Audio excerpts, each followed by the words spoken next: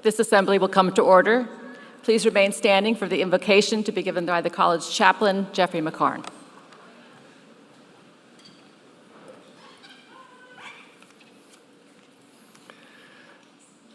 Pull us together, O great Spirit of love, in this brief moment of prayerful reflection.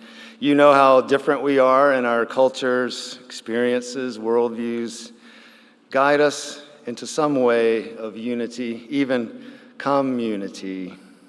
Remind us of what is important in this life. Teach us to care for one another in a mindful, ongoing way. Open our eyes to the beauty around us, especially this room full of love. Bless these brand new graduates. Let their light shine brightly, reflecting the glow of steadfast, everlasting love, the sunshine of inclusion and healing. Let the light of these graduates go forth and illuminate this world which has grown dark and violent and fearful. I'm talking fear, and it's all around us. As our most recent Pulitzer Prize-winning musician tells us, I'm talking fear.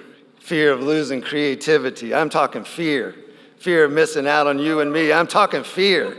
Fear of losing loyalty from pride because my DNA won't let me involve in the light of God.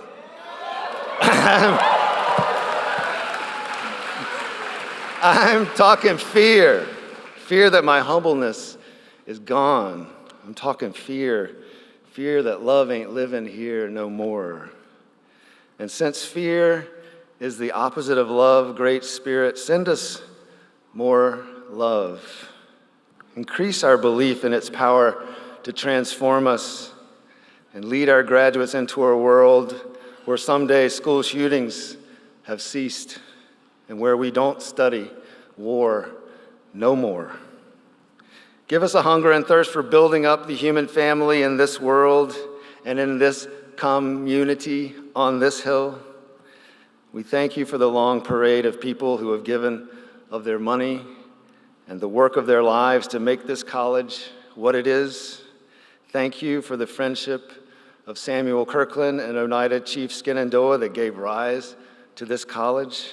Thank you for our faculty and staff whose love for their students is as deep as their commitment to their work, which is the heart and soul of this college.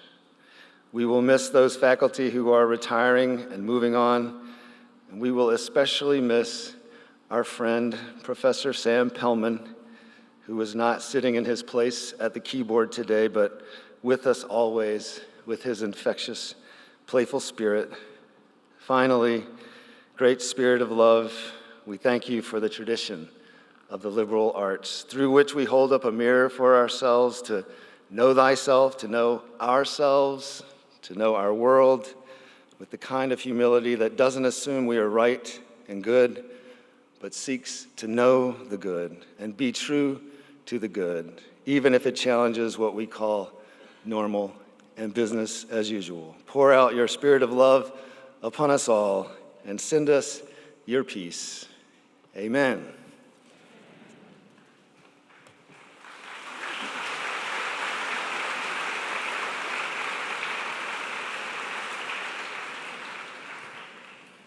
Please remain standing while we sing America the Beautiful, the words to which are printed in your program.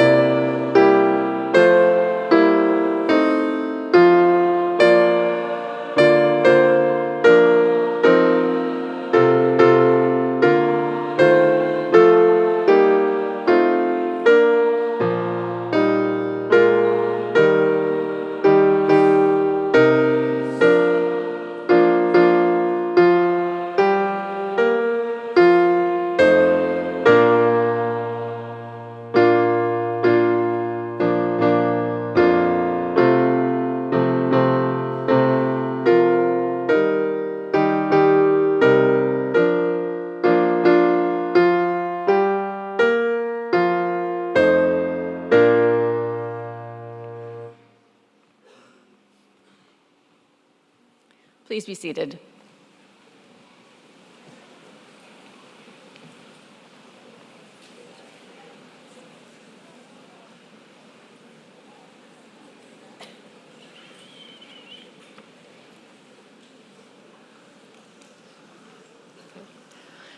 Ladies and gentlemen, it is my honor to introduce the 20th President of Hamilton College, David Whitman.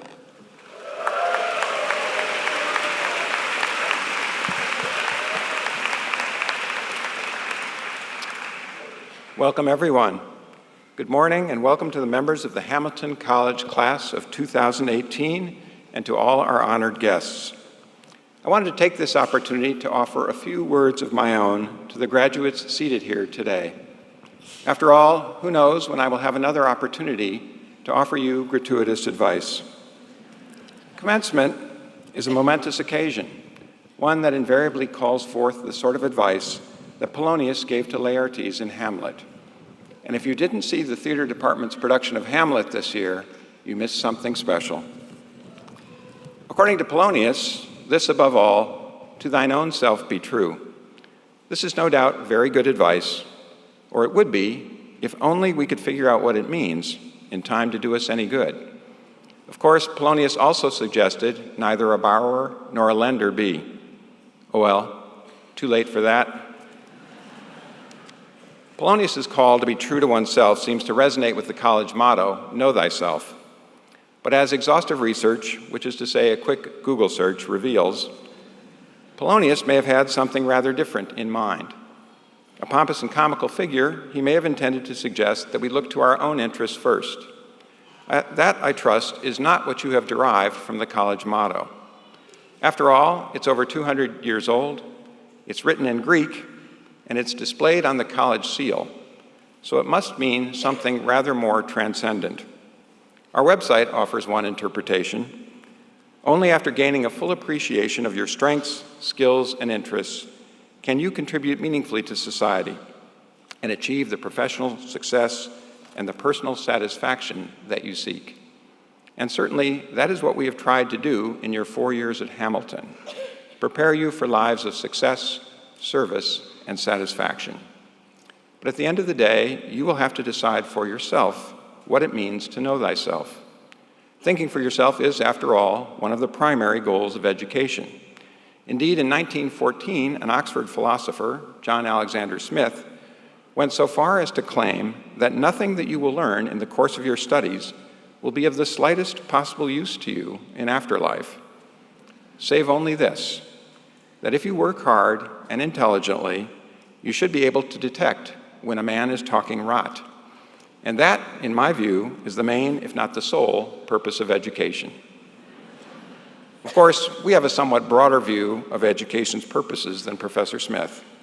After all, we have 8 educational goals, not just one, and we like to think that all of what you have learned here will be of use to you in developing those habits of minds that will make for a rich and fulfilling life. We trust you will make good use of your education, that you will promote the welfare of others as well as your own, and that, whether you are a borrower or a lender or neither, you will, in good time, be a donor. Priorities. Before we continue, I want to thank the parents, grandparents, and other family members who have supported you over the years.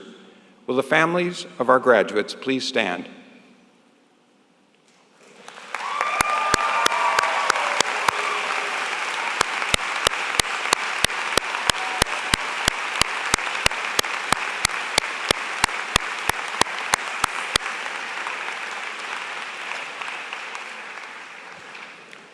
I wish also to express our profound appreciation to your faculty, coaches, and advisors.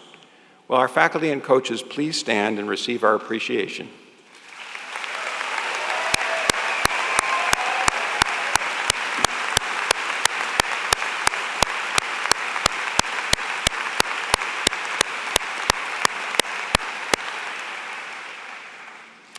This academic year marks the retirement of Professors Gold, Kelly, and Togel.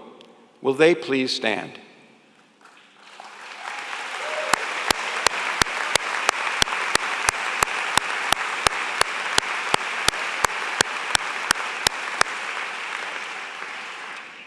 Employees of the college have worked long and lovingly on the arrangements for this weekend.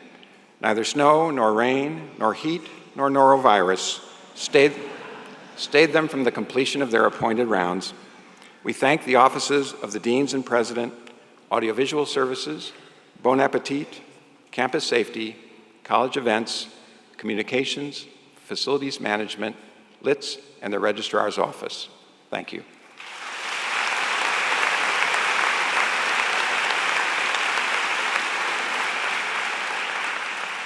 It is my pleasure now to introduce the esteemed Chairman of the Board, Stephen Sadoff, class of 1973.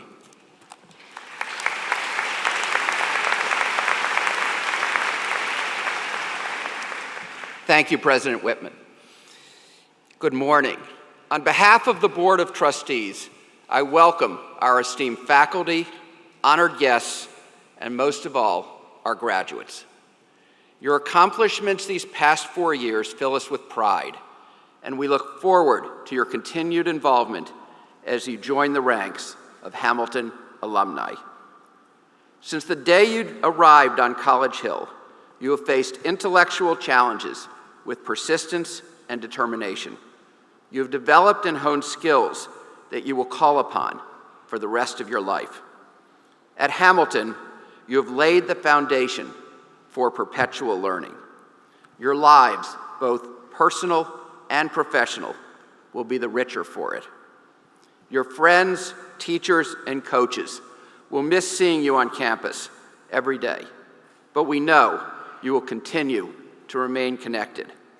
I hope that you take every advantage of opportunities to volunteer, for each of you is forever a member of the Hamilton family. No matter how far from Clinton your life takes you, Hamilton will never leave you. It is now my pleasure to introduce Interim Dean of Faculty, Margaret Gentry.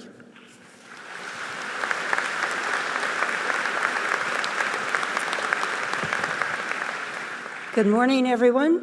Welcome.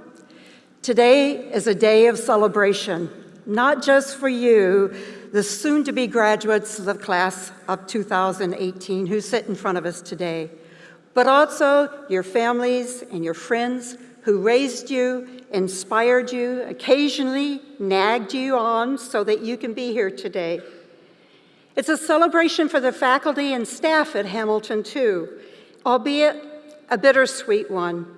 We have taught you, advised you, worked with you, learned with and from you for 4 years. We have watched you change, develop, and discover your passions. And today, we sit beside your family and friends. We join the audience as a supporting cast for your future. On behalf of the Hamilton College faculty and staff, I thank you for these 4 years and wish you a meaningful, hopeful, and joyous life.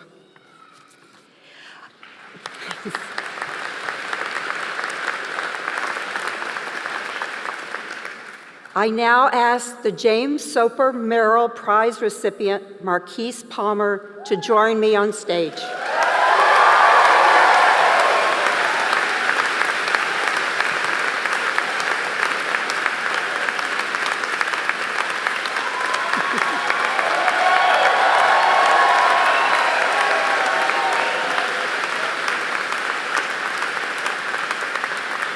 The James Soper Merrill Prize, established in memory of James Soper Merrill by his cousin, James P. Soper, class of 1911, is awarded at commencement to that member of the graduating class, quote, who in character and influence has best typified the highest ideals of the college, end quote. Selected by the faculty, the recipient is presented with a gold watch. Marquise is a philosophy and literature double major from Utica, New York. The list of his accomplishments is long. Here are just some highlights. Departmental honors, Phi Beta Kappa, a year at Oxford University, representative to the Student Assembly for the class of 2018, head resident advisor, co-director of the Mohawk Valley Freedom School, and a spoken word performer. He was awarded both a Watson Fellowship and a Fulbright Scholarship for next year and has accepted the Watson. First and foremost, however, despite all these accomplishments, the Soper Merrill Prize is about character, and his faculty speak eloquently about Marquise's character. Christian A. Johnson, professor of philosophy, Todd Franklin, writes, "That which distinguishes Marquise the most in my eyes is the myriad of ways in which he has tirelessly turned his attention back to his community.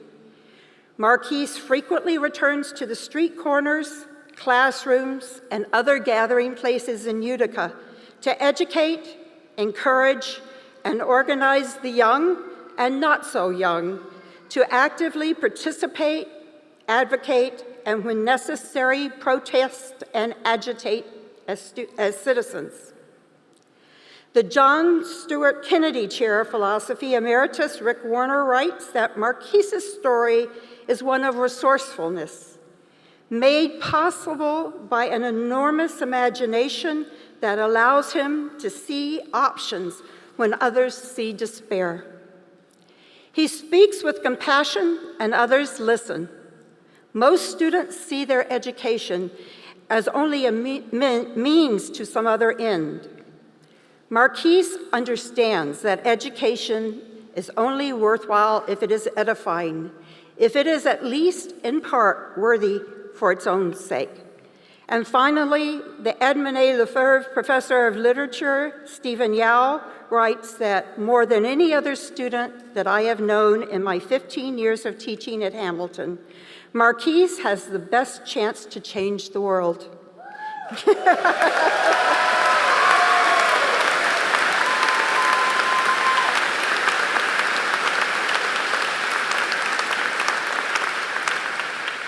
Just going to finish Steve's quote, though. "No one in my experience has better exemplified the ideals of the college, precisely because he makes those ideals worth living up to." Please congratulate the James Soper Merrill Prize winner, Marquise Pommel.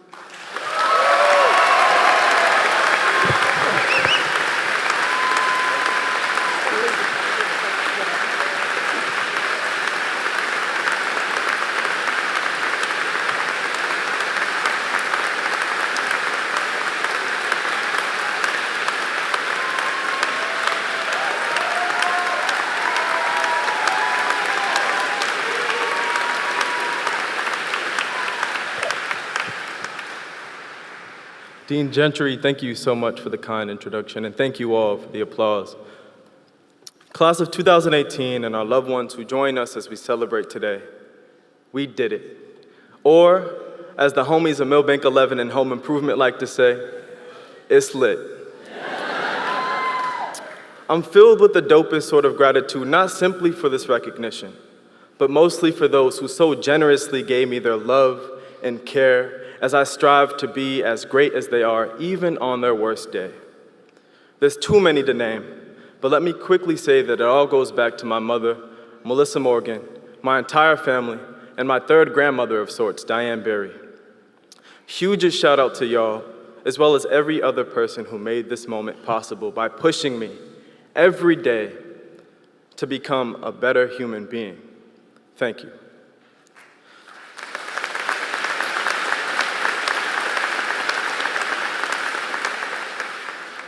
I want to start by sharing with you the story of the first daily challenge that confronted me as a freshman at Hamilton.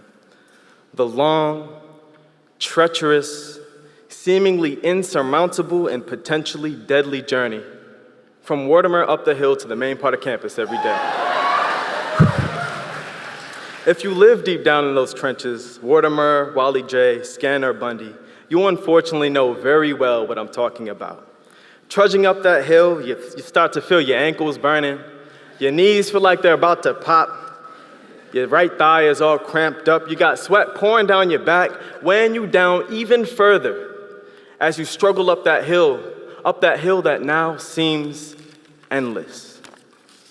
After about 5 minutes of this torment, your hope, dim as it already became, diminishes even more and you whisper to yourself in a tone of defeat, "It's over for me."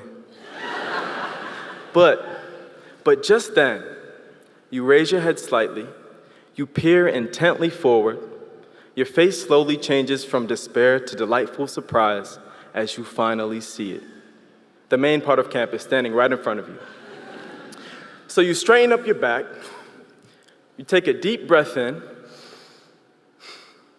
you take a swig from your overly priced Hamilton water bottle, and you march on forward, now to class. Probably about 20 minutes late, though. I start with what I admit is an overly dramatic account of my daily trek up the hill because it almost perfectly symbolizes my intellectual journey at Hamilton. That is, my perpetual confrontation with the difficult challenge presenting itself anew each day of trekking on the upward journey toward a newer, better self. The challenge of not simply knowing myself, but becoming myself. Which is to say, when I finally made it to the top of the hill, arriving to my class, 20 minutes late, I confronted yet again another hill, which took the form of a question that underpinned every challenge posed to me by my professor, every challenge posed to me by each thinker before whom I stood. Marquise, who do you want to become? And in my confrontation with that question, my true upward journey began. Like my ankles as I climbed from Mortimer, every prejudice and presupposition on which I stood began to burn. Like my knees, the values that I had unknowingly inherited from society felt as if they were going to pop. And like my cramping thigh, the very self that held me up quivered as if to give in, threatening to dash to the ground the self that I once claimed as my own. And although demanding, much more so than climbing the physical hill, it was precisely in grappling with this question in every class I took, in every issue that I confronted, both personal and political, that I began to gain clarity on who I was, what had shaped me, and what I wanted to be. All of which eventually led to the realization that who I was and who I wanted to be were far from the same thing. So I had some climbing to do. So I straightened my back, I took a deep breath in, I took a swig from my overly priced Hamilton water bottle, and I marched on forward, upward, striving to become a better version of myself. Today, I like to believe, I stand before you as a much better, although far from perfect, version of the freshman year me. Beside my significant growth in leg muscle from hiking up that darn hill every day, I've climbed toward a version of myself that strives to realize a horizontal form of justice. One that permeates across socially constructed boundaries of race, nationhood, class, gender, and sexuality. Meaningful engagement over obsession with resume building.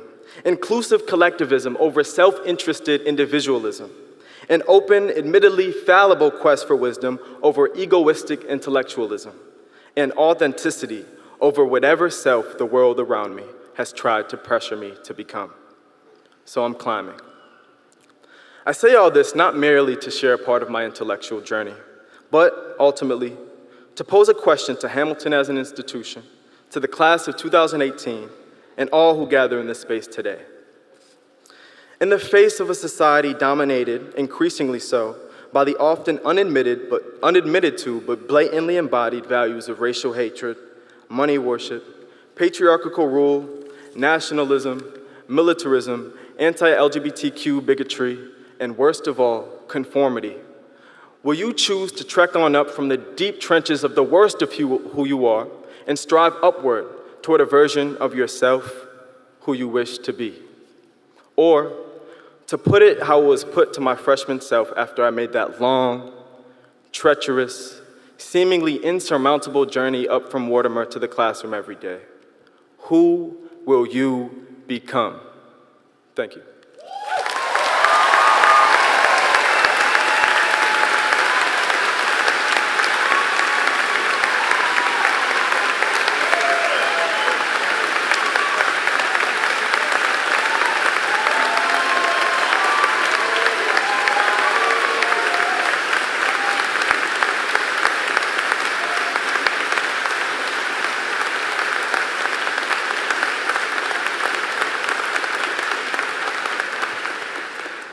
Thank you, Marquise. Your commencement program lists the names of those students who've been singled out by their academic departments and interdisciplinary programs to receive concentration honors, and those who have been chosen as senior fellows. I also draw your attention to the names of the students who won national awards, fellowship, prize scholarships, and achievement prizes at Class and Charter Day. You will find the names of students inducted into scholastic honor societies in your program, and you will also find the names of all our students whose graduation today marks a singular accomplishment. Please join me in congratulating all of our students who achieve these significant honors.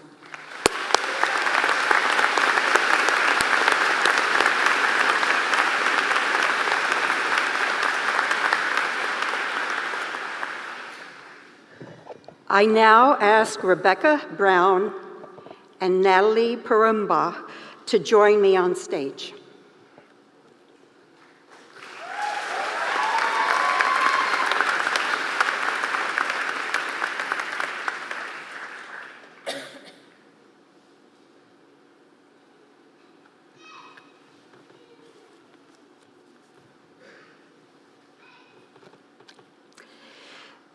The awards of salutatorian and valedictorian are made to the students with the second and first highest grade point average, respectively, in the class of 2018.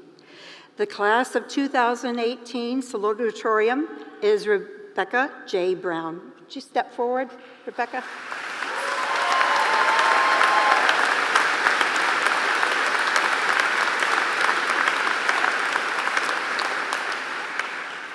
Rebecca is a creative writing and math double major.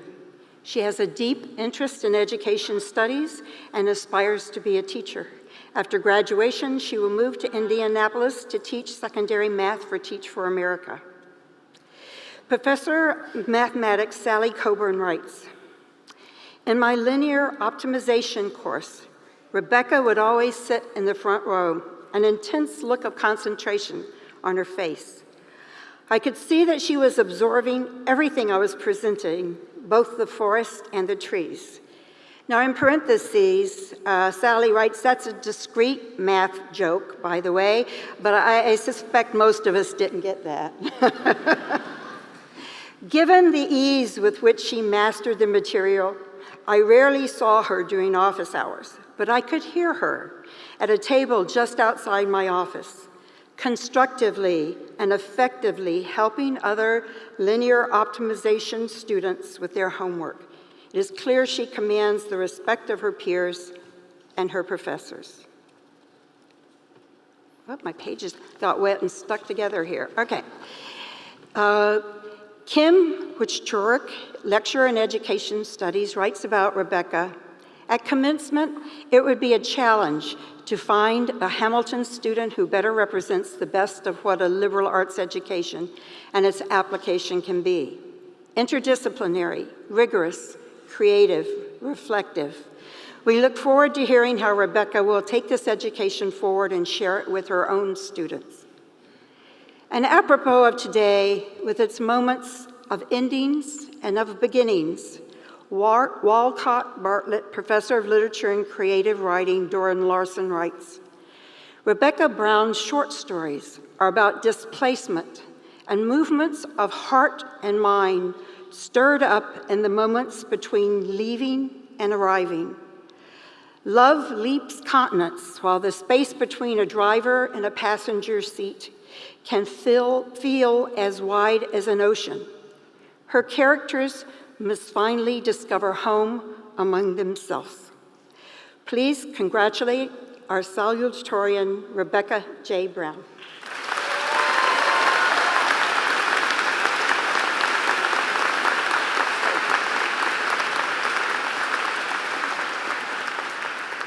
I ask the class of 2018 valedictorian, Natalie Parumba, to step forward.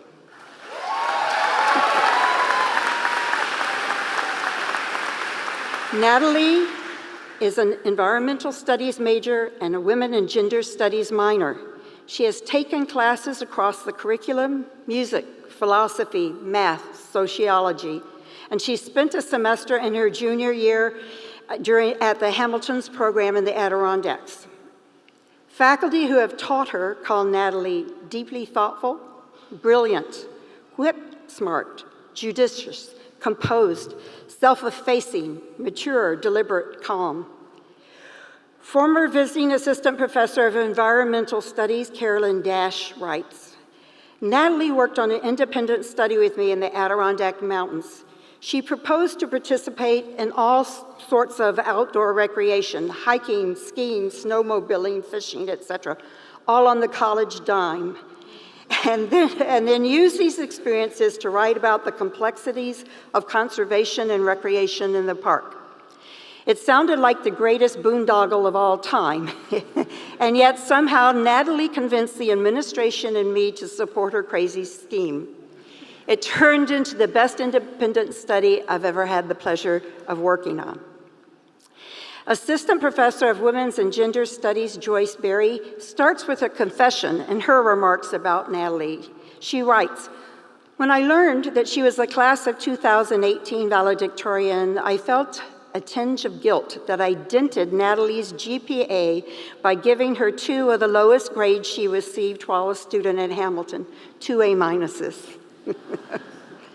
While her work was impeccable, I encouraged her to speak up more, to carve out some space for her ideas in the classroom and own her tremendous capabilities. As we got to know each other better, I realized that Natalie is self-effacing and not arrogant or showy. She approaches her work in a calm, composed, judicious manner. She wrote perfect essays in my classes that demonstrated a notable intellectual flexibility. In her research and writing, she has a seamless ability to produce inventive, thorough, and precise interdisciplinary work. I was in awe of her ability to produce consistently excellent work. Please congratulate our valedictorian, Natalie Porumba.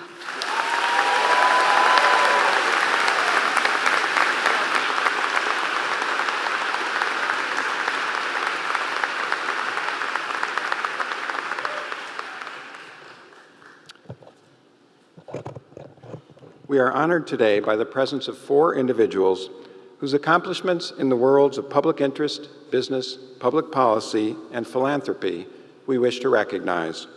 With the conferral of honorary degrees, they become distinguished members of the Hamilton community. I call now on Kevin Kennedy, Life Trustee, to present our first candidate for an honorary degree. Mr. President, I have the honor of presenting for an Honorary Doctor of Humane Letters, Nan Aaron. You grew up in a family of social activists where dinner discussions at your New York City home often focused on progressive causes. But when you enrolled at Oberlin College in the late 1960s, you majored in Chinese and sociology, dreaming of a career in diplomacy. Today, you are president of the Alliance for Justice, a Washington, D.C.-based organization you founded in 1979, and you spend much of your time not at Foggy Bottom and the U.S. State Department, as you once imagined, but on Capitol Hill, where you focus on the nomination process for the federal judiciary and advocacy for nonprofits. Under your leadership, AFJ has grown to include 130 organizations committed to a wide range of progressive values and causes. It is best known, however, for AFJ's pursuit of equal access to courts of law. The more diverse the courts, you once said, the more confidence people have in our judicial system. In a 2006 Washingtonian magazine profile of the 100 most powerful women in the nation's capital, you were described as an effective advocate and someone willing to stage a debate anywhere, anytime, as a vigorous proponent for AFJ's goals. Said the Washington Post in 2005, she's someone who's managed to blend tenacity with a warm, self-effacing style. We honor you today for your steadfast and resolute efforts to encourage citizens to participate actively in the democratic process and for your lifelong pursuit of social change. Nan Aaron, acting on the authority of the Board of Trustees, I confer on you the degree of Doctor of Humane Letters of Hamilton College, admitting you to all of its rights and privileges. In token whereof, we present you with this diploma and invest you with this hood.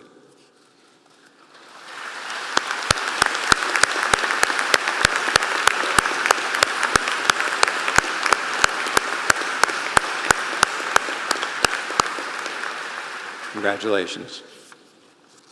I call on Stuart Scott, Life Trustee, to present our next candidate. Mr. President, I have the honor of presenting for an honorary Doctor of Laws, John Rice, Hamilton College class of 1978. 2 months after graduating from Hamilton in 1978 with a degree in economics, you joined General Electric Company's financial trainee program. 39 years later, on December 2017, you retired from the company as vice chairman, leading GE's Global Growth Organization, a division that during your tenure doubled the company's global presence to 180 countries and accounted for approximately 60% of GE's total revenue. People who want to be CEO or fill another big leadership role should be prepared to take some personal risk and get out of their comfort zone. You said that a year ago before retiring. Your risk came in a 1984 discussion about cross-functional moves within the company, when you told legendary GE Chairman Jack Welch, "It isn't happening the way you think it's happening." That gutsy encounter led to a new job in the company and launched a brilliant career that has taken you to dozens of countries, contacts with world leaders, and the respect and admiration of peers. Associates call you a sincere, humble man, a global thinker, an inspiring leader, a role model, and a friend. We call you an example of a Hamilton graduate who represents the highest ideals of our college and a man richly deserving of the honor we bestow on you today.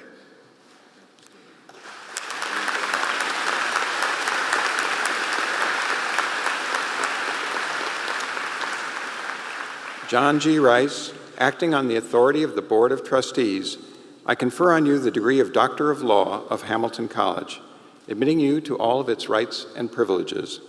In token whereof, we present you with this diploma and invest you with this hood.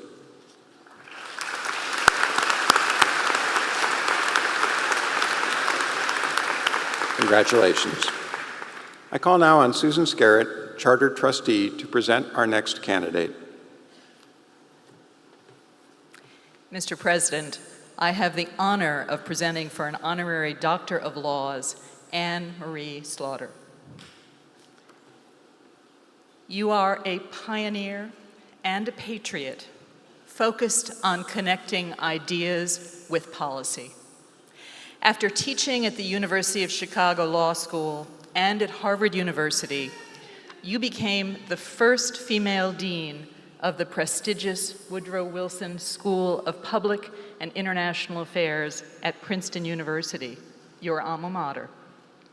7 years later, in 2009, you accepted your foreign policy dream job when you were named Director of Policy Planning at the U.S. Department of State, the first woman to hold that position. Today, you are the President and CEO of New America, a nonpartisan Washington, D.C.-based think tank founded in 1999 to invest in new thinkers and new ideas in the digital age. You are an expert in American foreign policy, national and international security, international law and institutions, and emerging networks driven by 21st century technology. During your career, you have written or edited 8 books and more than 100 scholarly articles. But it was a 2012 piece in the magazine The Atlantic that propelled you to the forefront of the debate on true male-female equality. In that article, which was titled, "Why Women Still Can't Have It All," you revealed how unexpectedly hard it was to do the kind of job you wanted to do as a high government official and be the kind of parent you wanted to be at a demanding time for your children. You said, and I quote, "Only when women wield power in sufficient numbers will we create a society that genuinely works for all women. That will be a society that works for everyone." Pioneer, patriot, professor, president, policy expert, spouse, and mother of two, we recognize you today for the important conversations you have started, whether they involve foreign policy or family issues.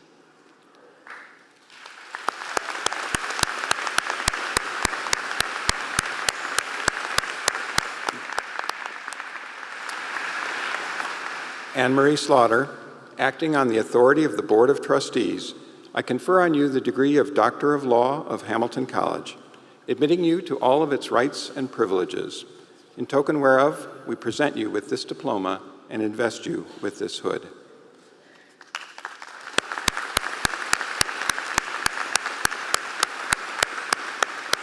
Congratulations. I call now on Nancy Rube, Charter Trustee, to present our final candidate. Mr. President, I have the honor of presenting for an honorary degree, Director of Humane Letters, Darren Walker.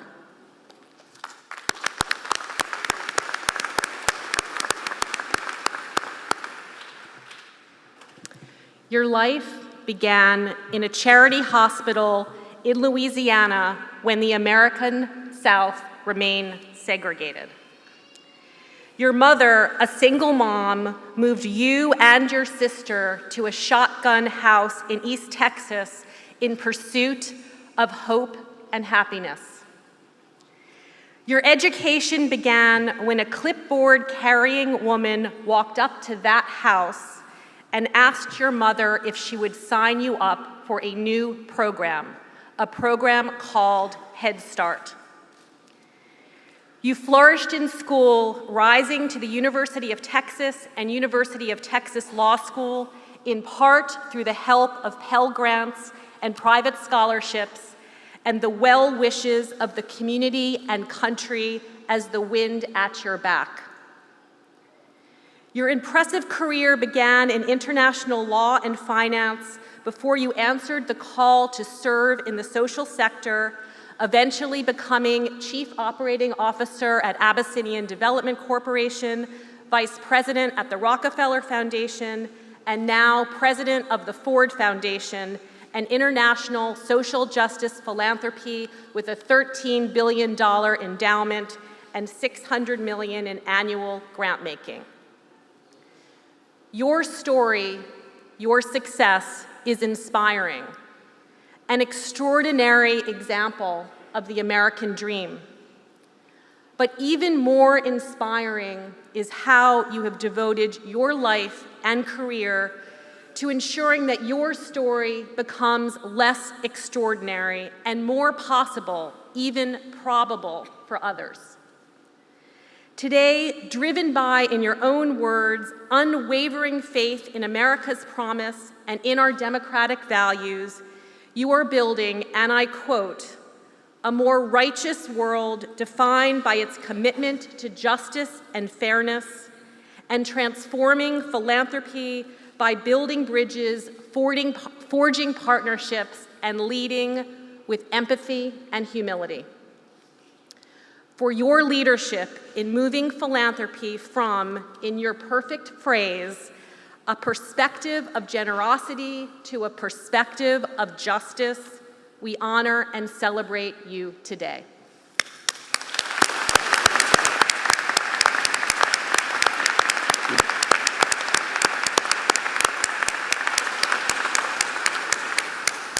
Darren Walker, acting on the authority of the Board of Trustees, I confer on you the degree of Doctor of Humane Letters of Hamilton College, admitting you to all its rights and privileges. In token whereof, we present you with this diploma and invest you with this hood.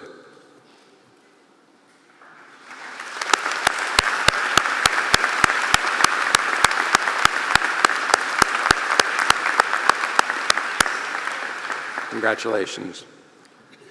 Our values at Hamilton are implicit in our mission, which is to prepare students for lives of meaning, purpose, and active citizenship. We want our students to learn to think independently, embrace difference, write and speak creatively, and engage issues ethically so that they can make a positive difference in the world. Our speaker this morning provides evidence of the good that can be achieved when working tirelessly for a cause greater than oneself. As you heard just a few minutes ago, our speaker has been proclaimed one of the world's most influential and innovative people by virtue of his commitment to social justice philanthropy. And as a former busboy myself, I was delighted to hear it was that job that best prepared Darren Walker for success. But I rather think it is what Mr. Walker took from the job, and not what the job gave him, that explains his success. As he has observed, his background afforded him an understanding of the need for investment in human capital. It was that understanding that led him to leave the comfortable world of law and banking for a school in Harlem and, in time, the world of philanthropy. I like to think our mission here is also to invest in human capital. So it gives me particular pleasure to introduce someone who has done that so well. Please join me in welcoming to the podium Hamilton College's 2018 commencement speaker, Darren Walker.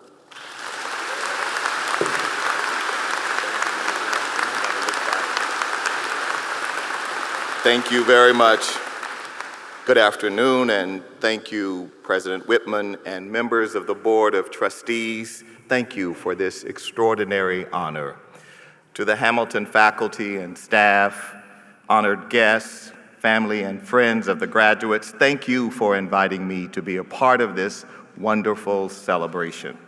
And to the class of 2018, thank you for including me in your ranks today.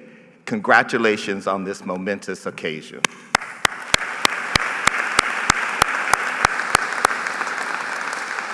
So, class of 2018, in a few moments, you will be receiving your diplomas.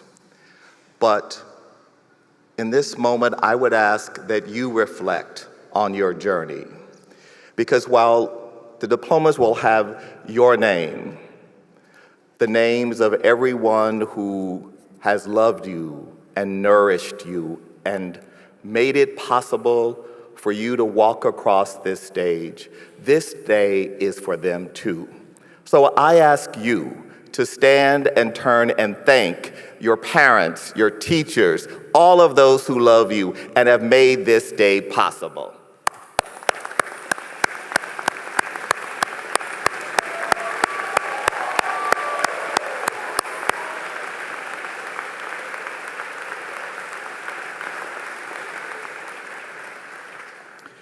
So a few moments from now, you will accept your senior canes and officially earn your places as graduates of this extraordinary institution, one of America's premier liberal arts college. But first, we, your families and teachers and friends, we pause in celebration of you and in reflection. We marvel at your accomplishments, at your drive and your determination. We express gratitude for the promise of your tomorrows. But this moment also belongs to history. The histories from which you emerge, the history of this college that dates back to the very beginning of our republic, and the history that each of you will make. I am fascinated by American history, and Hamilton's history is particularly of interest to me. While it is true that the official founding of the college, the 1812 that you read about, is that official day, this college goes back much further. In fact, some 225 years ago, a Presbyterian minister had the bright idea that young men of central New York deserved an excellent education. At that time, the United States Constitution was just 4 years old. The nation itself was only 17, younger than many of you when you first arrived on campus. And that same year, President George Washington laid the cornerstone of the U.S. Capitol building. In other words, this college and this country share a founding chapter, and of course, share a founding father. So every cry of "Let's go Continentals" is a reminder of the lineage and the legacy of which you are a part. Think of the giant footsteps in which you follow, the giant shoulders on which you stand. Think of all the names that precede yours on the college register, the luminaries and leaders who have called College Hill home. This college has produced remarkable graduates, some of America's greatest civil rights leaders, lawyers, Nobel Prize-winning scientists, bankers and captains of industry, diplomats, filmmakers and creative types, and of course, philanthropists. And yet, your obligation to this history doesn't mean just avoiding the bronze map. As you prepare for the wider world that you are about to enter, I believe this country could learn a thing or two from Hamilton College and from each of you. I was struck to learn that the motto of Hamilton is "Know thyself," because knowing thyself must also mean knowing your history and how that past shapes who you are today.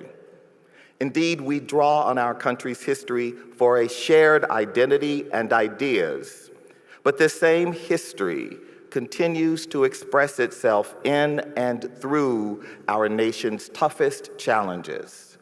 We see the ripples of history in the debates over immigration in a nation of immigrants, and whether the dreamers have a right to the American dream.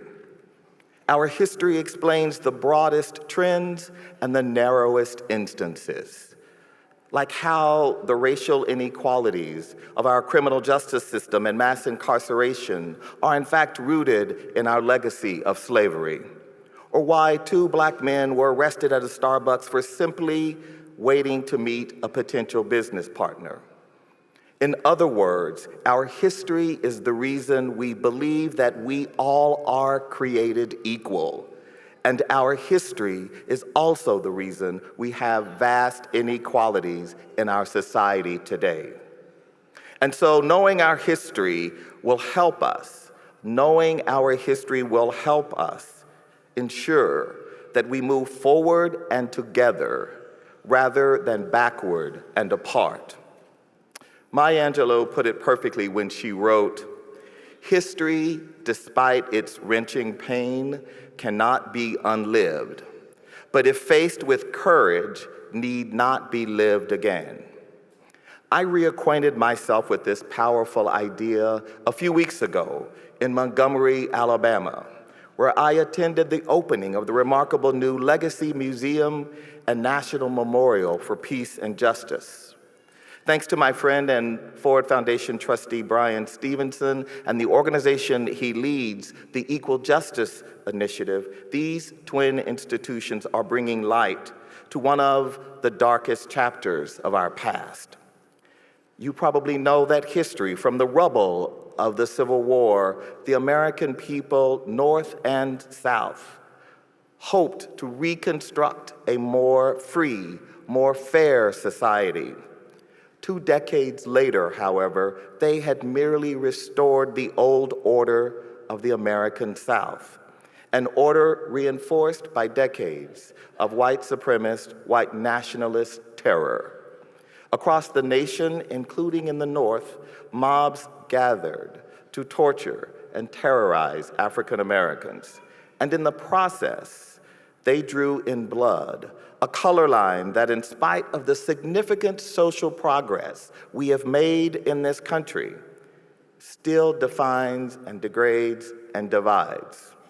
But now these 2 new institutions, this hallowed, haunting new monument and museum, Because of it, a new generation is excavating an important part of the American narrative and ensuring that we do not forget the hardest parts of our chapter.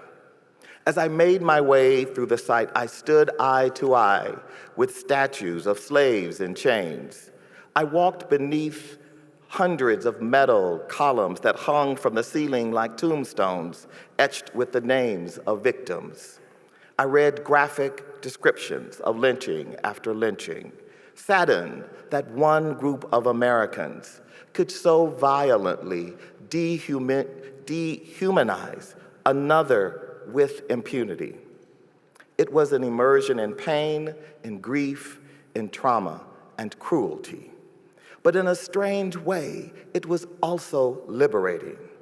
Like many of the others of all races and backgrounds who were there that day, I found that after confronting the horrors of these events and their lasting impact, I came away with a renewed sense of hope.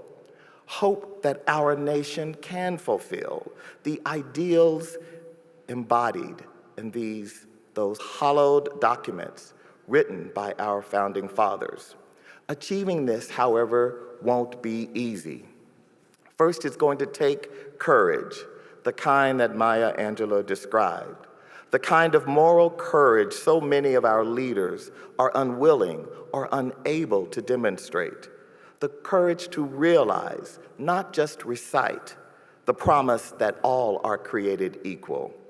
And second, it will require empathy, because if you can be courageous enough to know thyself and our history, then we must have the courage to attempt to know others, who they are, how they live, what they value, and why they think and feel the way they do. For America to succeed, we must be a more empathetic people and nation. Even though I am a progressive, gay, black man living on that little island called Manhattan, I can have empathy for conservative, straight, white men in the American South who may have a different worldview. For our democracy to work, we have to be able to recognize our different individual identities, backgrounds, and experiences, while also seeking the greater purpose and common values and human dignity that we all share. Senator John McCain writes something that I find compelling in this regard in his new book. He writes, "We are citizens of a republic made of shared ideals forged in a new world to replace the tribal enmities that tormented the old one. Even in times of political turmoil such as these, we share that awesome heritage and the responsibility to embrace it. So class of 2018, this is my hope for you, that you embrace our history, the good and the bad, and lead the way forward with empathy and compassion, that you be courageous in your pursuit of our common humanity, that you know thyself and the gifts bestowed unto you, and that you can reach out to others and build bridges of understanding, even and especially when it's uncomfortable. And I know in my own life, from that shotgun house on a dirt road in East Texas to the iconic Ford building in Midtown Manhattan, I know the possibilities. I have seen how this kind of radical empathy can renew and heal and transform. As I reflect on this perilous moment of American history and think about what will be needed for us to move forward as a nation, I think about the philanthropist and arts patron Agnes Gund. I recently found myself sitting with Aggie, as she is called by her friends, outside the gates of the San Quentin prison in California. What was Agnes Gund doing at a prison? It's certainly a question some of her friends wanted an answer to. You see, Aggie is passionate about art, but she is also passionate about justice. She's passionate about justice even more. And she had come to the conclusion that America's criminal justice system is infected with injustice. So she did what any good philanthropist would do when confronted with a challenge like that, she decided that she would sell one of her most beloved paintings for the astounding sum of $150 million. And so she took the proceeds of this sale and she created something called the Art for Justice Fund. On the face of things, this 80-year-old Park Avenue grandmother, graduate of Miss Porter School, and certainly a child of privilege, would seem like an unlikely champion of criminal justice reform. But there we were, walking into that jail together through the gates, the guards, the metal detectors. Our guide was a man whose life could not have been more different from hers. He was Black, convicted at age 16, and now serving 35 years to life. His beard had grayed. As they talked, Aggie in a practical down vest, our guide in a jacket labeled California Corrections Prisoner, I felt sadness, and I also felt hope that these two people with such vastly different lives were standing shoulder to shoulder and walking hand in hand. Empathy and courage made that experience possible. A final illustration of someone I also know and admire, Howard Schultz, the founder of Starbucks. After two men were unjustly arrested in Philadelphia at a Starbucks, the national outcry was swift and justified. Accusations of racial bias came fast and furious, and Howard was the first to say that he agreed. He didn't deflect, he didn't defer or deny. He didn't dodge the question or pass the buck. He admitted head on that his company, even though he has one of the most diverse boards and leadership teams in corporate America, must address racial bias within its own ranks. As the founder of Starbucks, this was not easy or comfortable for Howard, but progress rarely is. Empathy and courage is what makes Howard Schultz a great leader. And speaking of empathy and courage, one need look no further than right here at Hamilton College. Last year, I watched with admiration as over 1,100 Hamilton students, faculty, and alumni signed a petition to make this school a sanctuary for dreamers. President Whitman pledged Hamilton would protect information about immigration status and join leaders of colleges and universities across the country to advocate on behalf of these students who call America home. Empathy, caring about others in your community, no matter how different they are from you, that's what makes this possible. So class of 2018, I cannot ask you to rewrite this nation's history. But as you leave here today, I do ask that you write the next great chapter of world history in a way that reflects your courage and your empathy, to live by the values you have learned at Hamilton, to know thyself. Because if recent history is any indication, it will be your generation that has the courage to root out systemic racism and sexism and ableism and the inequalities of all kinds that scourge our world. And you will have the empathy to heal society's oldest wounds.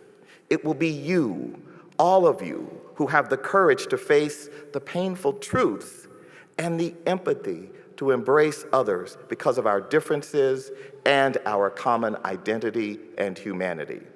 It will be you and your generation that has the strength to bring people together, to build bridges, not walls, and forge a way forward.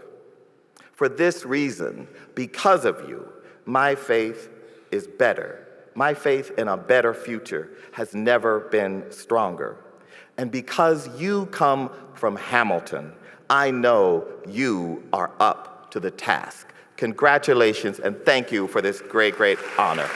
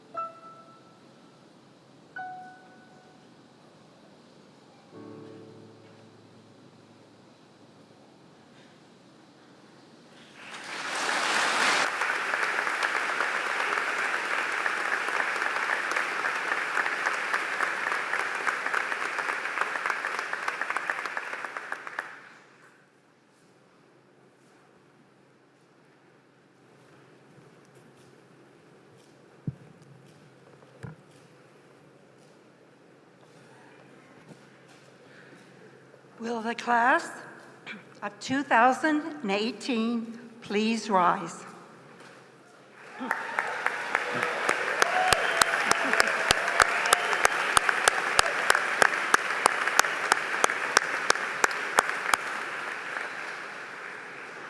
President Whitman, the Hamilton College faculty attest that these individuals have fulfilled the requirements for the degree of Bachelor of Arts.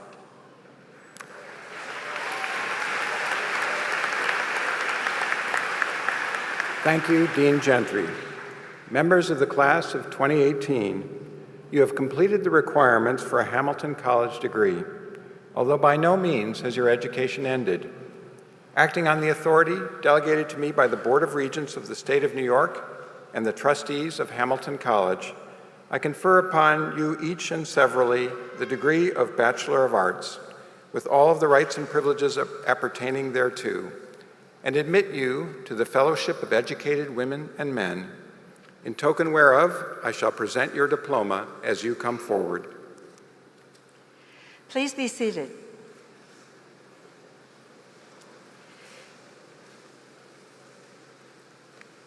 Before we commence proclamation of the names of each of our 477 graduates in the class of 2018, who come from 12 countries, 37 states and territories, and 119 of whom are receiving a commencement honor, I need to say a few words about commencement protocol. Individuals are asked not to come forward to take photographs. There is no room for them in the front. The college photographers will capture a visual record of the moment of individual degree conferral. In order to meet fire safety regulations and to have seating for the more than 5,000 guests attending this weekend, we have to use the entire field house for seating.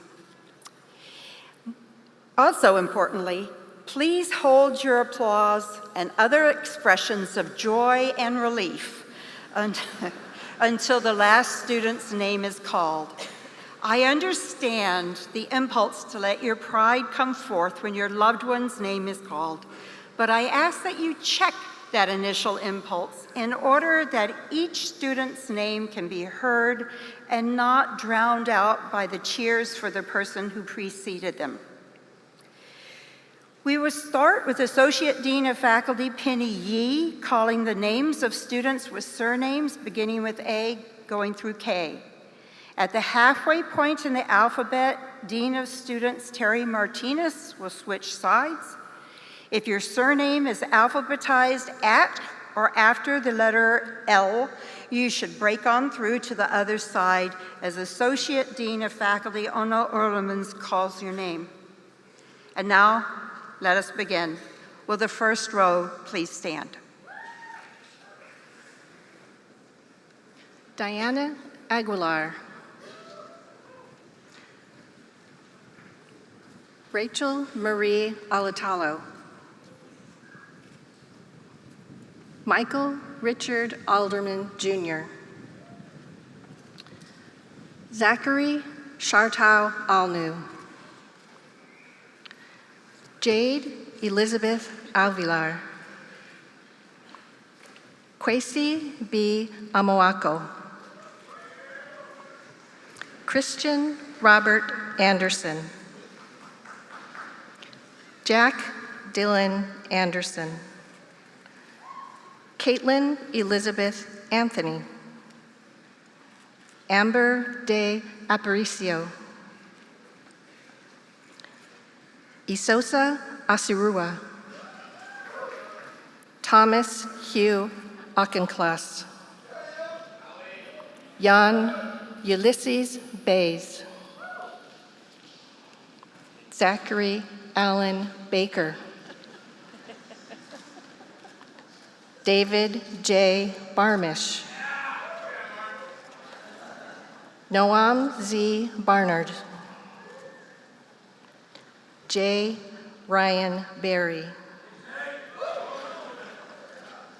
Megan Elizabeth Bates. Catherine Elizabeth Bauer. Amanda Drew Becker. Caitlin Anna Becker. Aaron Ogden Dayton Beglin. Samantha Warrington Benevelli. Anne Hathorn Berman.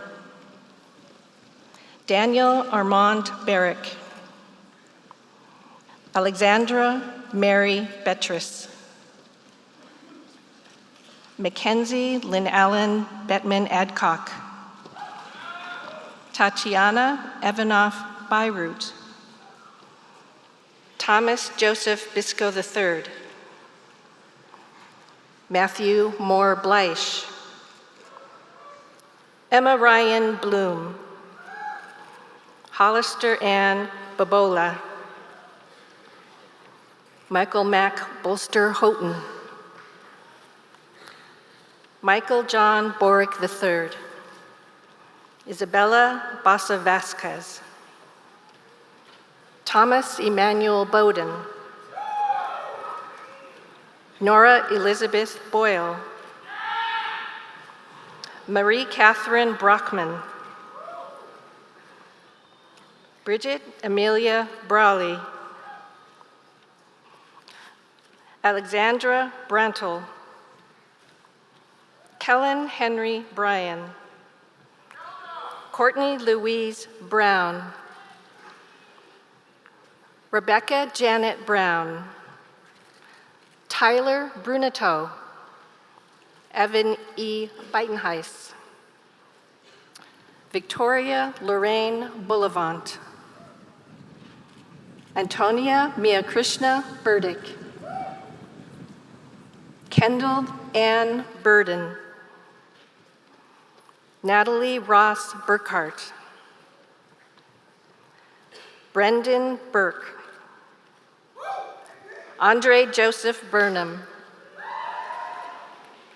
Kara M. Burns.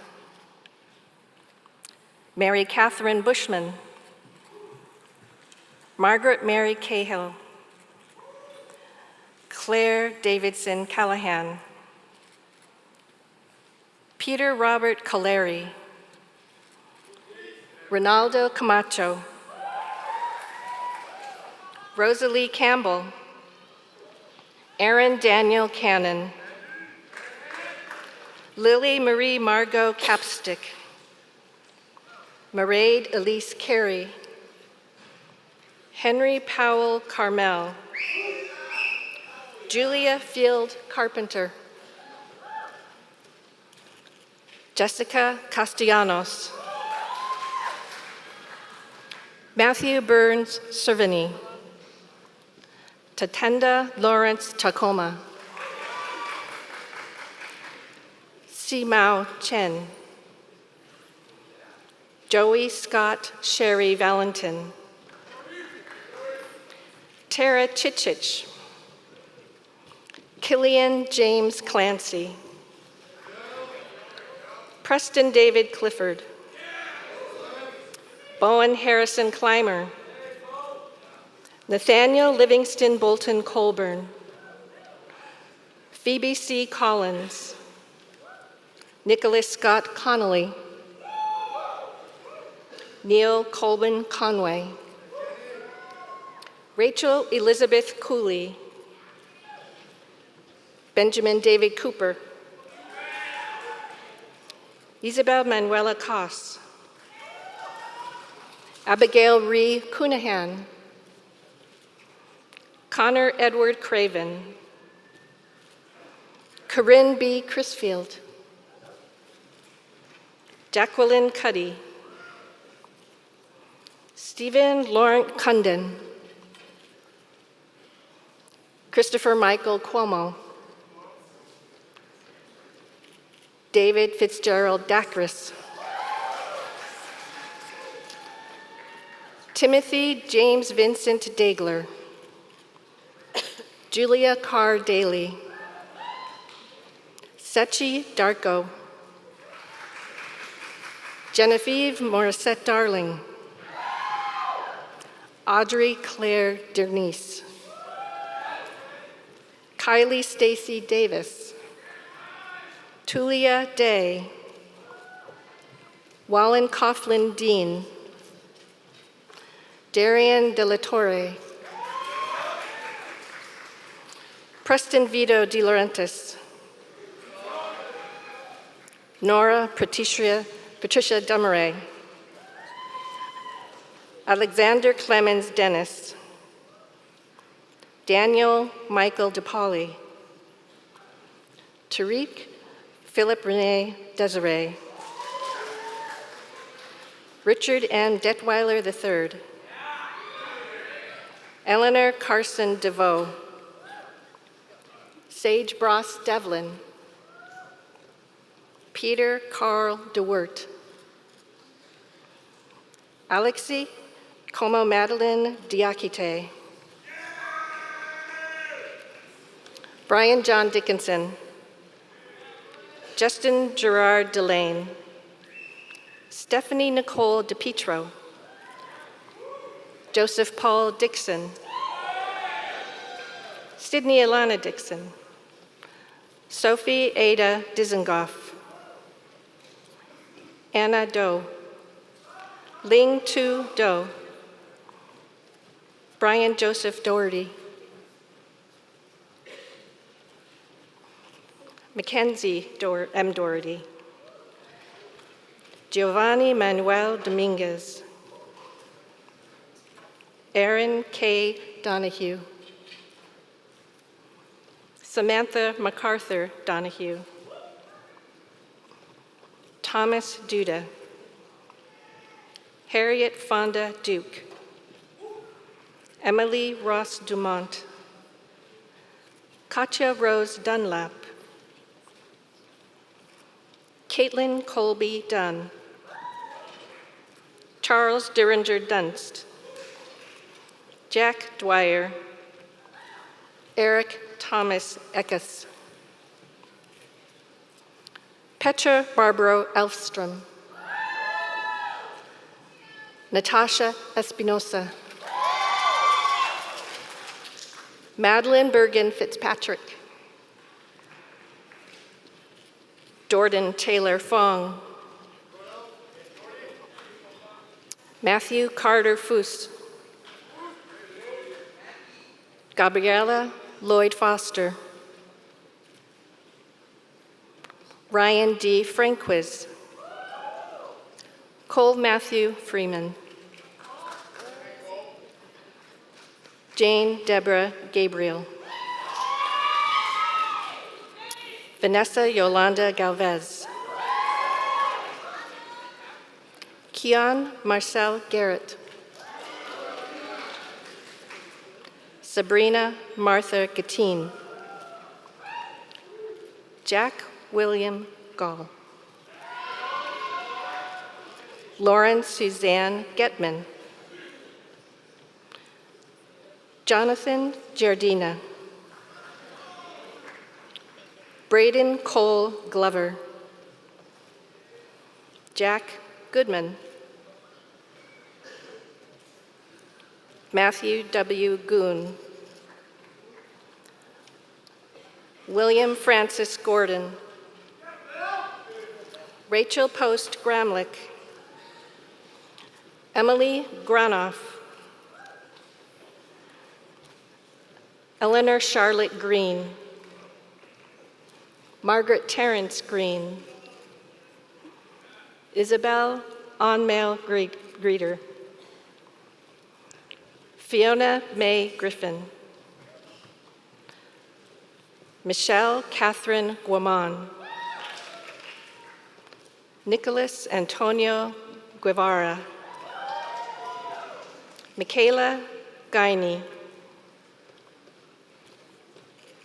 Marcus Antonio Gutierrez, Catherine E. Gazetta, Catherine Guider, Olivia Adriana Hack, Jessica Lee Halliday, Elza Harb, Joseph Woods Harrington, Timothy Mark Hartel. Marina Hartnick. Deja J. Hawkins. Jessup Morrow Heekin. Timothy Perry Henderson. Karina Hernandez. James Jackson Herndon.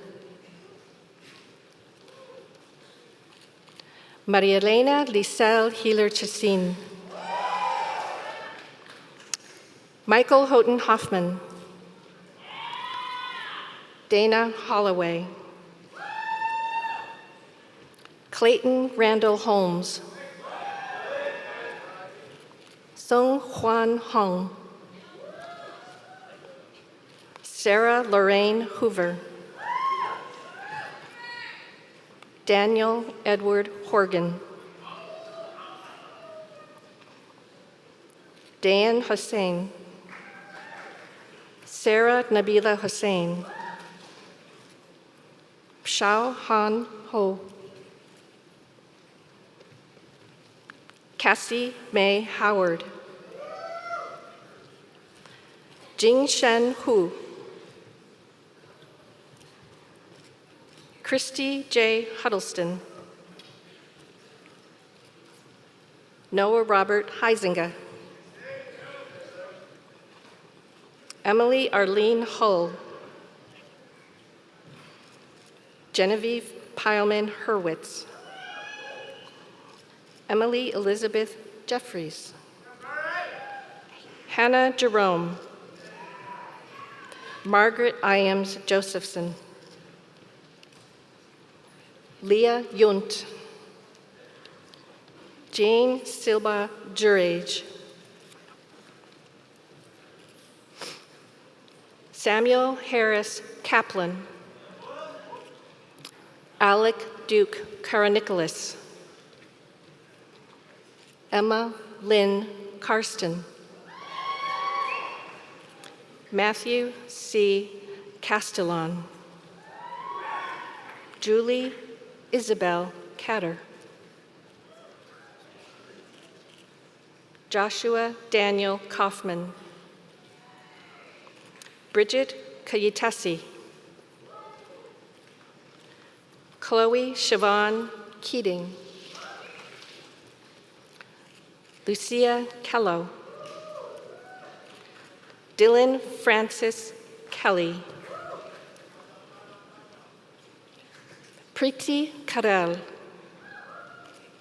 David Muangazi Kibaiso. Sungmin Kim. Young Kim. Allison Kingston. Edward Andrew Kister. Lauren Marie Cly. Christopher Edward Klein.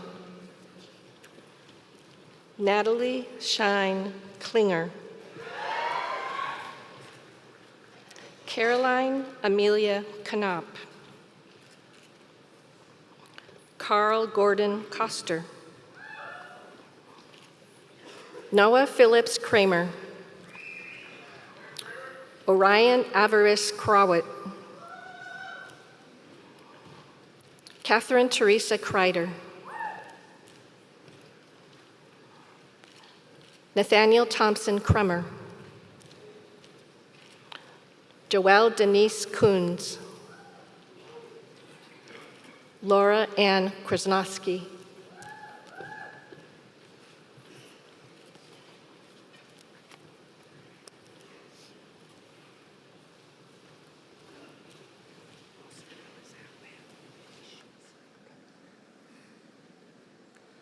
Caroline Meredith Langan. Helena Dorothy Laporte Burns. James Eric Larson. Bridget Claire Lavin. Maria Frances Lasgan Cersei Ellie. Hannah Leese. Matthew Leibowitz. Eric R. Lee. Jeho Takeshi Michael Lee. Jane Young Lee. Patrick M. Legates. Elise Schmidt LePage. Anna Leslie. Erin Michaela Lewis. Eli David Lichtman. John Robert Liebman. Shushen Lin. Sebastian Charles Lisserog. Anna Liu. Cindy Liu. Amanda Jane Krieger Lodge. Kenneth Aaron Lopez. Christopher Lovejoy. Albert Ian Lunn. Catherine Palmer Leindecker. Charles R. Lynn. Nicole Christine Lyons. Jose Pablo Machado Delgado. Ella Greff McVeigh. Sarah Lajine McGee. Anna Victoria Maglio. Paul Joseph Magnus. Kuhun Arun Mahendraraj. Madeline Woods Mayer. Riley Nicole Mainville. Jillian McKenna Mack. Patrick Murphy Malin. Jared Scott Mandelbaum. Adam Allen Markoff. Alexandra Worthington Marr. Anna Lynn McCloskey. Catherine Cecilia McCutcheon. Maureen Catherine McDermott. Liam C. McEnroe. Theodore Seyfirth McKenna. Catherine Yuan Smith McNally. Caitlin Mary McQuaid. Victor Angyov Mahanjiski. Alexander Rome Meme. Niyati Mehta. Hannah Breyer Mizels.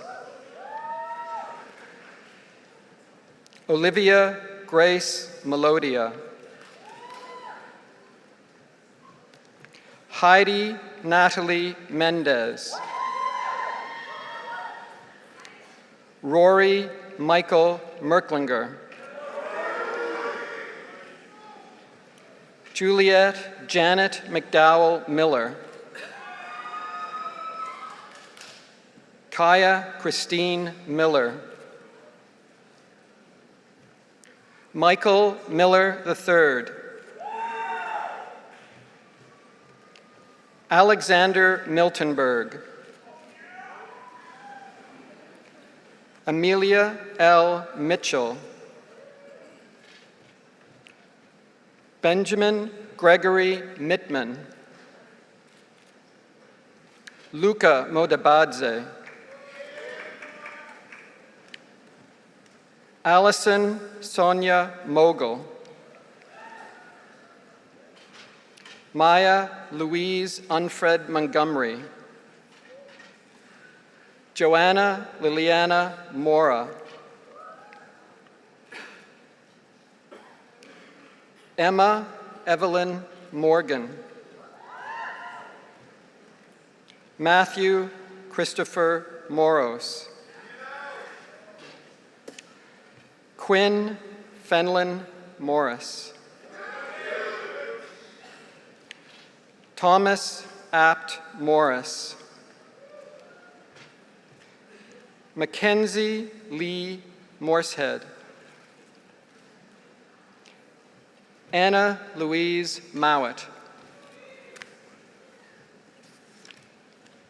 Claire Merlin Monroe, Grace Louise Munschauer, Gregory T. Nabin, Audrey Florence Nadler, Iyad Kareem Nagori, Muhammad Saud Najib, Calvin Lloyd Nash, Eleni Christina Nealand, Antonia Ing, Richard Mwangi Jirogi, Kiang Biom No, Timothy John Nowacki, Anya Elizabeth Nugent,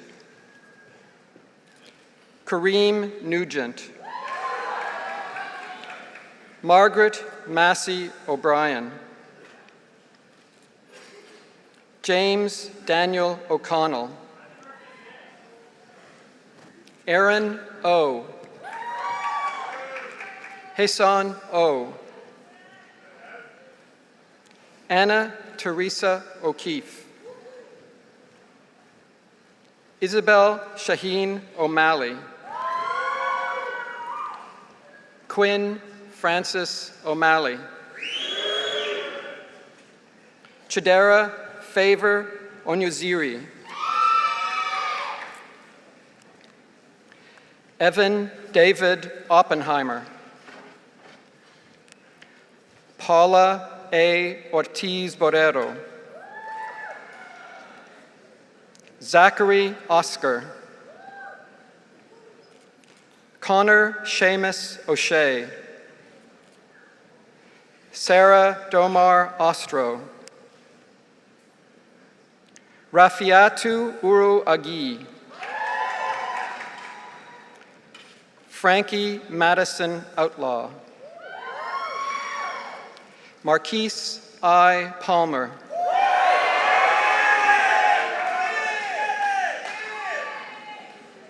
Nathaniel Schooler Palmer, Olivia Rose Paradise, Melissa Rose Paragamian, Samuel Hayden Pastor, Trevor Stanley Pearson, Gregory Daniel Peckham, Elizabeth Spencer Perry, V. A. Fahm, Darby Jennifer Philbrick, Lily Ann Pieper, Elizabeth Ariella Pinto, Mary Thomas Pivorato, Natalie Porumba, Harrison Gore Potter, Gerard Ferdinand Pottsy, Lee Carolyn Preston, Joseph Mark Pucci, Mercedes S. Rayburn-Dunning, Sophia Rashad, Andrew John Raymond, Emma Caroline Rayner, David Rayudu, Martha Jane Redmond, Danielle Dorman Risley, Margaret Catherine Rivera, Tyler Matthew Rind, Anna Rebecca Rich, Caroline Crean Rock,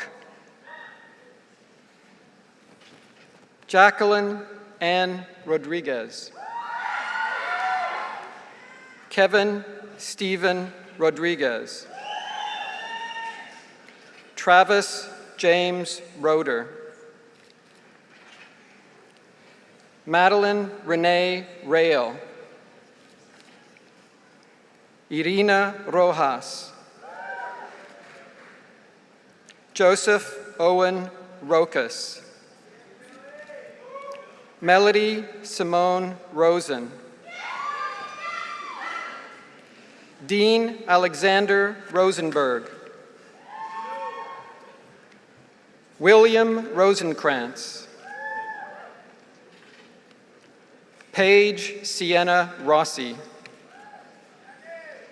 Joshua Samuel Rourke, William James Royal III, Joseph Ruprecht, Michael Russo, Jonathan Ira Ruth,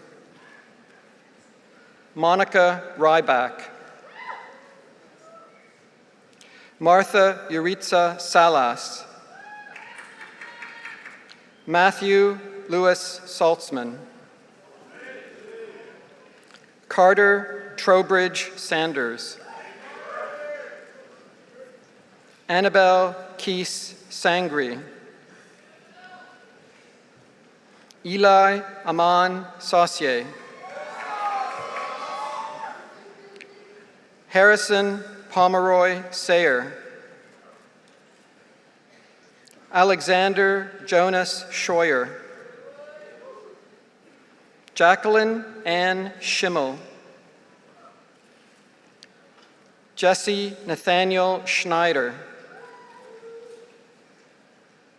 Mattie Patricia Siemens,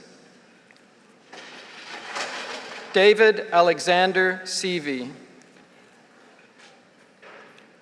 Olivia Whitman Sheehan,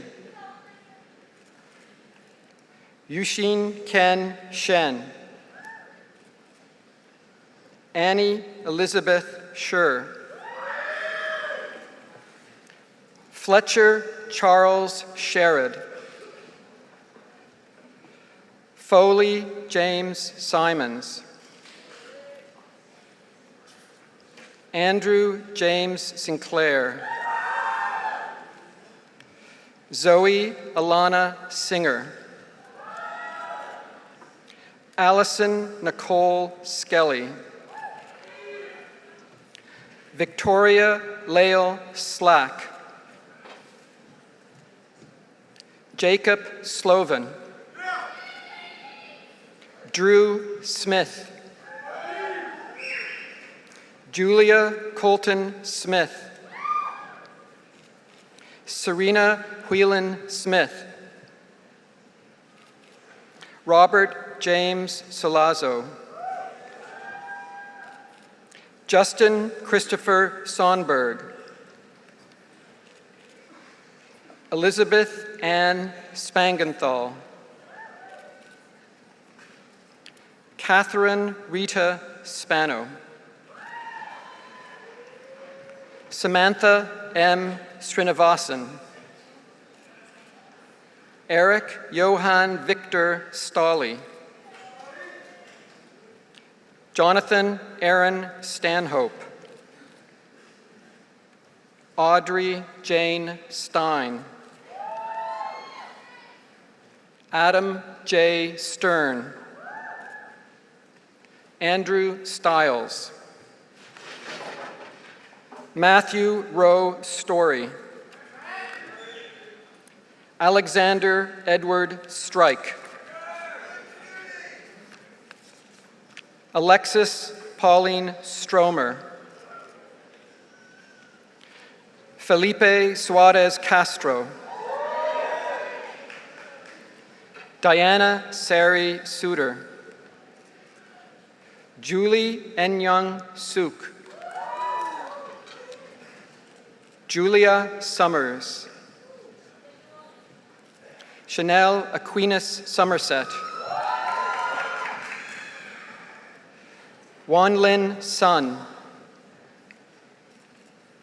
Shen Lu Swartout, Junpei Taguchi, Case Tatro, Emily May Teichman, Jack Bowman Temko, Hiromi Tarai, Dylan Teese, Harrison John Thomas, Hamilton Reese Thompson, Joseph Lawrence Tagani, Heather Kristen Tomkowitz, Caitlin Elizabeth Topi, Penelope Tornes, Maura Torres Diaz, Elizabeth Q. Tran,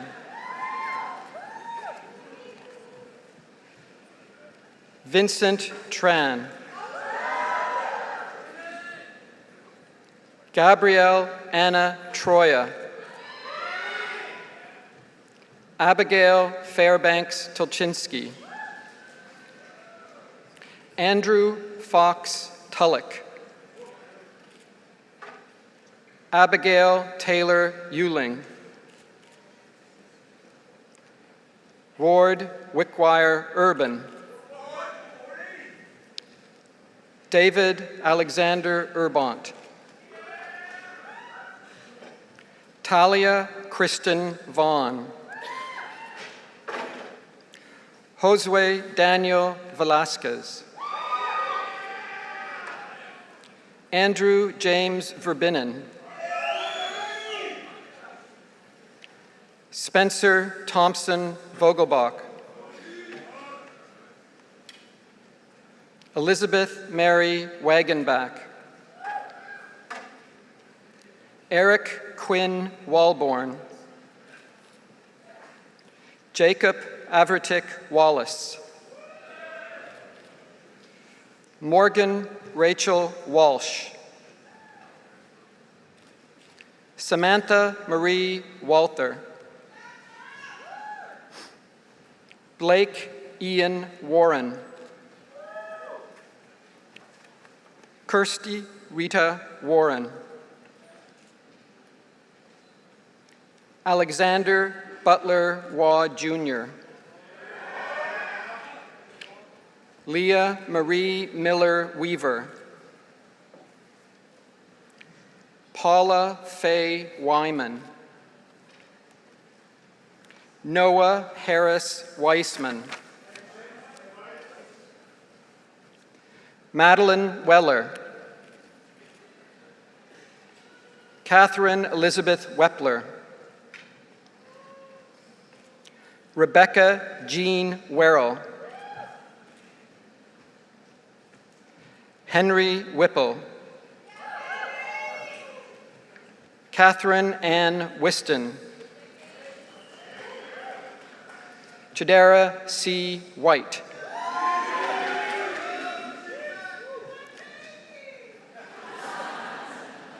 Laura Deanne Whitmer. Brandon Michael Willett. Anjanae Joy Williams. Jessica Reeps Williams. Ian Hamilton Wilson. Eric Emmanuel Wohl.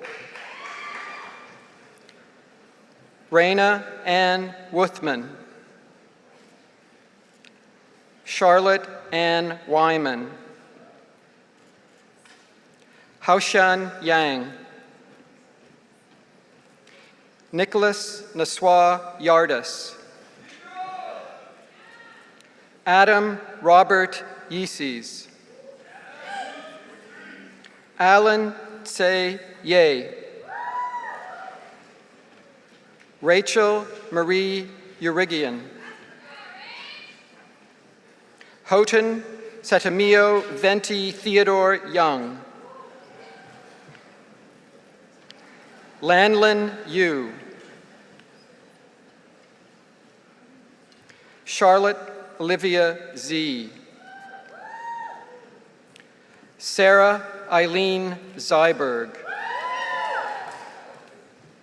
Amy Huqing Zhang. Chen Chen Yao. Jacqueline Eileen Zingman. Christine Elise Zizzi. Allison Nicole Zuckerman. E. Zubcic. Eric Nicholas Zermuli.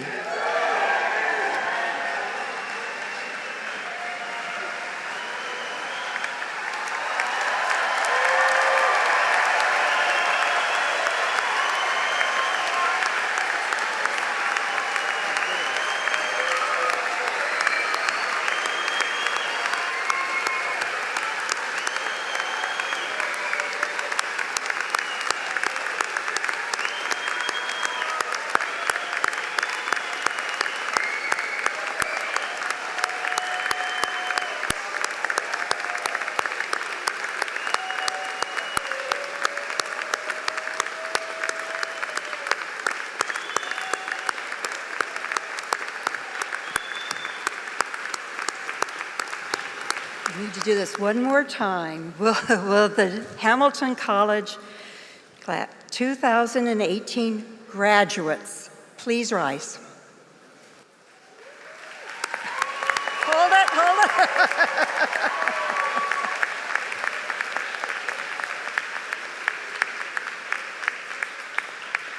Mr. President, family, friends, members of the Hamilton community, it is my honor to present to you the Hamilton College Class of 2018.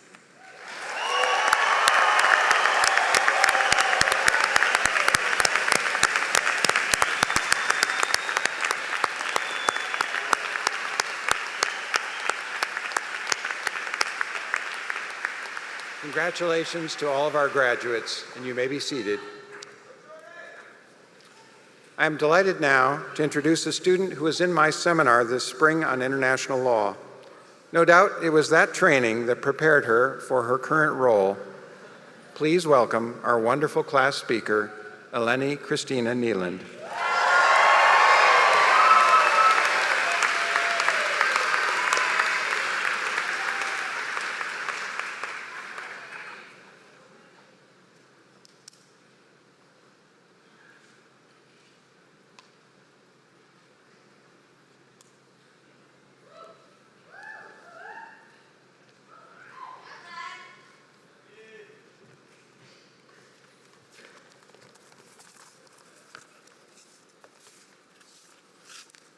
Class of 2018, congratulations.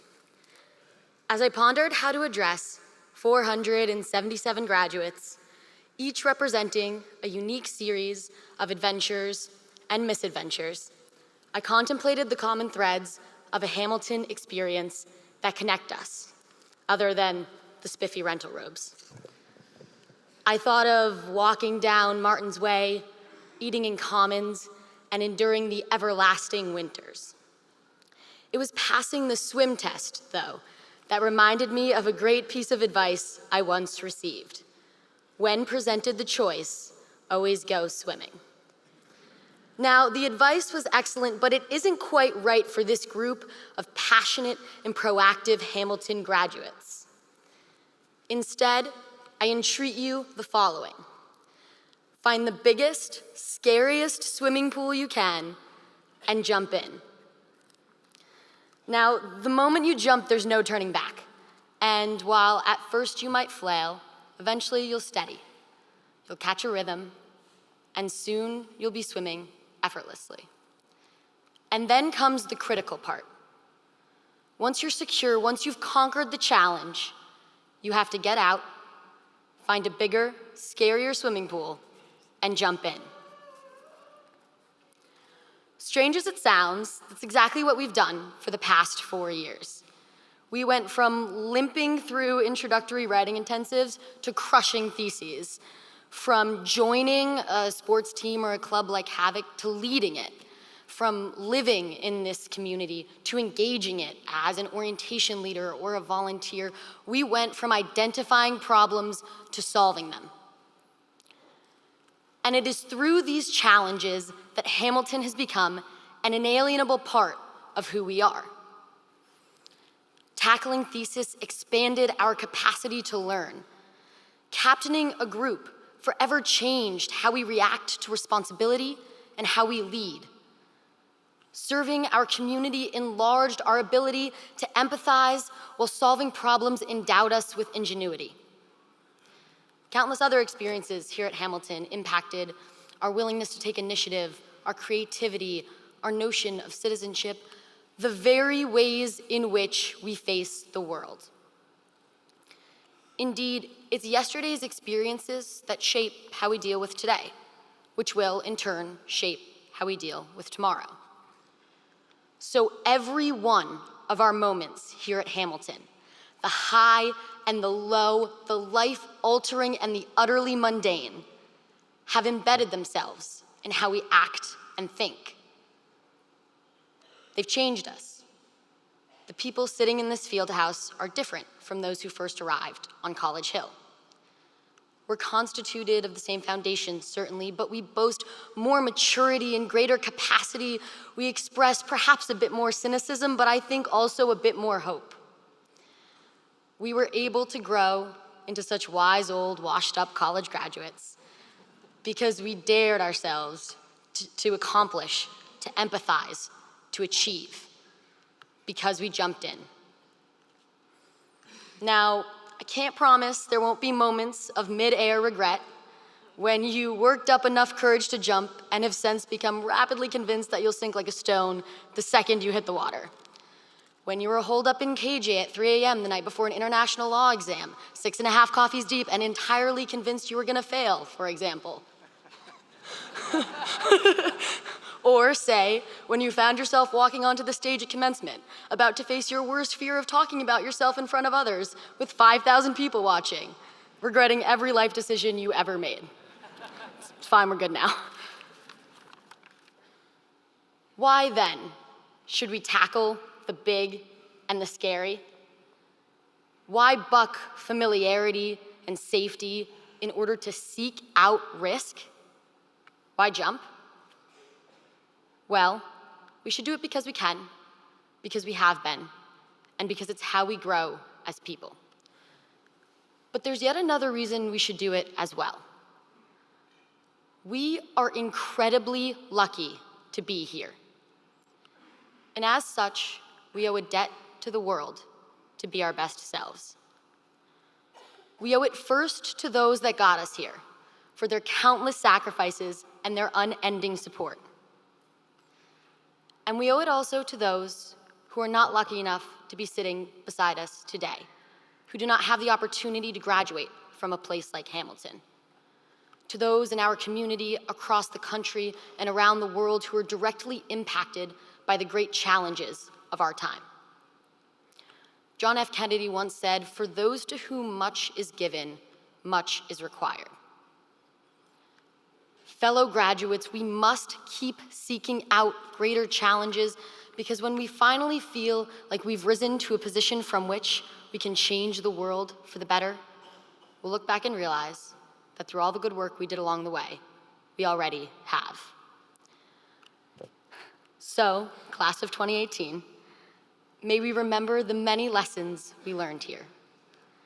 May we remember the friends and peers and mentors we've made. May we remember the struggles and triumphs that carried us to this field house today. But most of all, if ever we're standing at the water's edge, unsure of whether we should jump, unsure of whether we'd sink or swim, may we remember to look at our Hamilton College diplomas. Because if that diploma, the one you're holding in your hand right now, the one that will soon be hanging on a wall or shoved in a drawer, if that diploma means anything, it means that we passed the swim test. Thank you.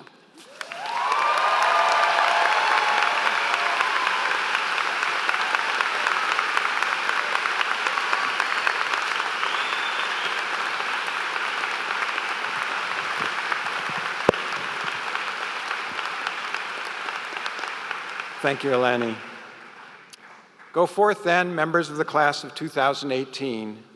Make the world a better place. I know you will make us proud, and I hope you will come home often. Thank you.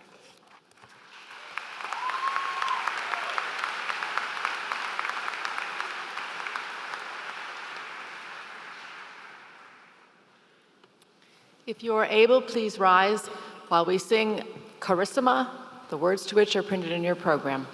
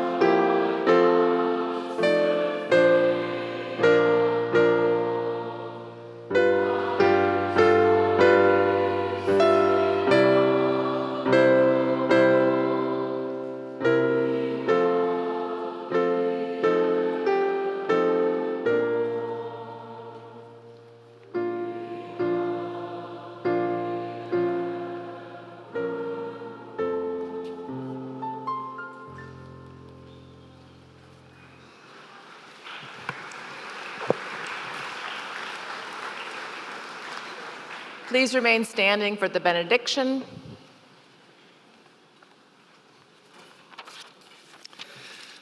So somewhere deep in a playlist on my iPod Classic are the lyrics to this song. Don't you know about it?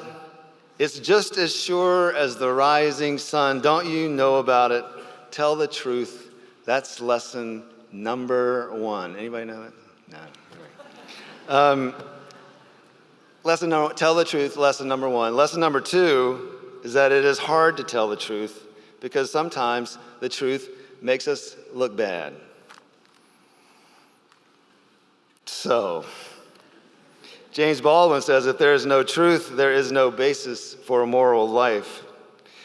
We may be fond of saying that all we have to do is tell our own truth, but really that is just another way of saying, let's spin things so that we can come out looking good. So let's go out into this world of ours and forget about looking good and tell the truth about who we are. And as Darren Walker reminds us, to look at our history for what it has been and where we're hoping to go in the future. And let us be guided by this one thing that I have on good authority is true. As we jump into the pool, know that love is all you need. And love is all that is needed from you in every situation, every conversation, every conscious action, every political decision, every negotiation, and every traffic encounter. Be part of what builds up this human family. Love is more important than our judgment of what is good or bad. As Dr. King says, let's you and I make of this old world a new world. Amen.